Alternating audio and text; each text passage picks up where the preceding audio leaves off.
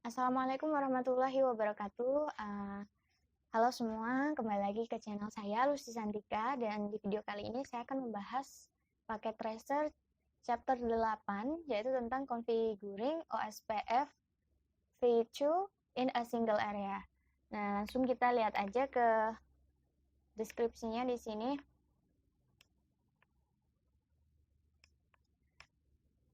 Kita lihat ada objektivitasnya di part 1, nanti kita akan melakukan configure OSPF versi 2 routing, part 2 verify the configuration. Setelah itu ada lagi backgroundnya. So in this activity, the IP addressing is already configured, jadi IP-nya udah dikonfigurasi. So you are responsible for configuring the 3 router topology with basic single area OSPF v2 and then verifying connectivity between end device. Langsung aja kita mulai ke part 1. Configure OSPF2 v2 routing. Step 1.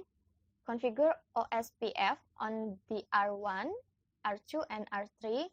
Use the following requirements to configure OSPF routing on all 3 routers.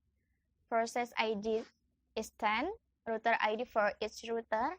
For R1, 1.1.1.1, for R2, 2.2.2.2, R3, 3.3.3.3, and then network address for its interface and LAN interface set to passive, do not use the default keyword.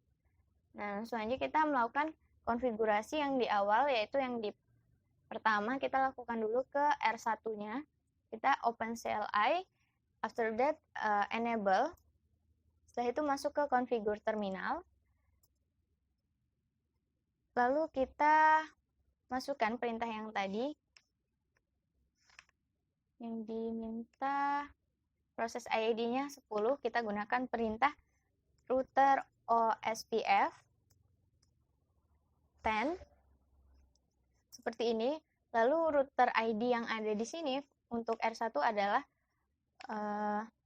router ID 1.1.1.1 seperti ini. Lalu setelah itu kita akan mengisi networknya. Networknya kita bisa lihat dulu di sini, yang kehubung ke R1 ada 3 jaringan. Yang pertama jaringan yang di sebelah sini, lalu yang di sini, dan juga yang di sini. Langsung aja kita konfigurasikan lagi. Network yang pertama adalah 172.16.1.0 000.255 dengan areanya 0. Setelah itu kita akan melakukan network yang kedua, yaitu 172.16.3.0 titik 3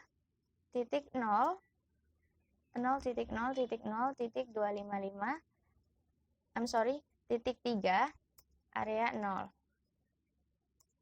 Seperti ini. Lalu network yang ketiga adalah 192.168.10.4 menggunakan 0003 area 0. Seperti ini. Lalu kita berikan passive interface G00. Oke. Seperti ini. Untuk R1-nya udah, sekarang kita akan lanjut ke R2-nya. Open CLI, lalu kita enable lagi. Lalu configure terminal. Setelah itu masukkan perintah yang sama, router OSPF 10, namun dengan router ID yang berbeda, 2.2.2.2, seperti ini. Lalu kita lihat ke networknya. Network yang kehubung ke R2 ada 3 jaringan. Yang pertama ini, lalu yang ini. Nah, kita konfigurasikan satu-satu. Network yang pertama adalah 172.16.2.0.255 area 0.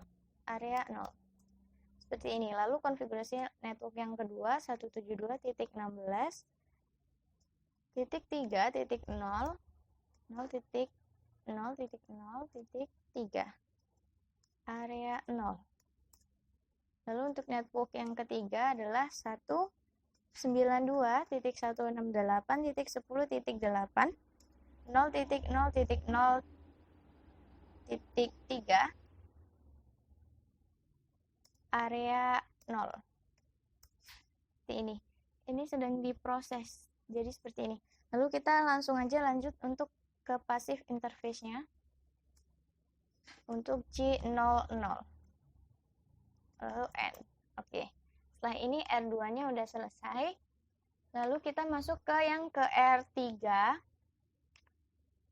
Open CLI again and then enable configure terminal and then do the same root OSPF 10 dengan router ID yang berbeda yaitu 3.3.3.3 seperti ini. Lalu kita perhatikan network yang kehubung ke R3. Yang itu pertama ada yang di sebelah sini, lalu ini, lalu ada juga yang ini. Kita langsung konfigurasikan lagi network yang pertama yaitu 192.168.1.0.0.255 area 0. Oke, seperti ini. Lalu lanjut ke network yang berikutnya, yaitu 192.168.10.4 dengan 0.0.3 area 0. Lalu ke yang ketiga. Yang ketiga adalah network 192.168.10.8 dengan 0.0.3 area 0. Lalu masukkan passive interface for G 0/0 and then N. Oke. Kita lihat di sini poinnya sudah terisi full 100 less 100. Jadi untuk sebenarnya konfigurasi di R1, R2, R3 itu hampir sama. Yang membedakan adalah router ID-nya beda dan juga network yang terhubung juga beda gitu. Jadi sekian dari saya. Terima kasih. Wassalamualaikum warahmatullahi wabarakatuh.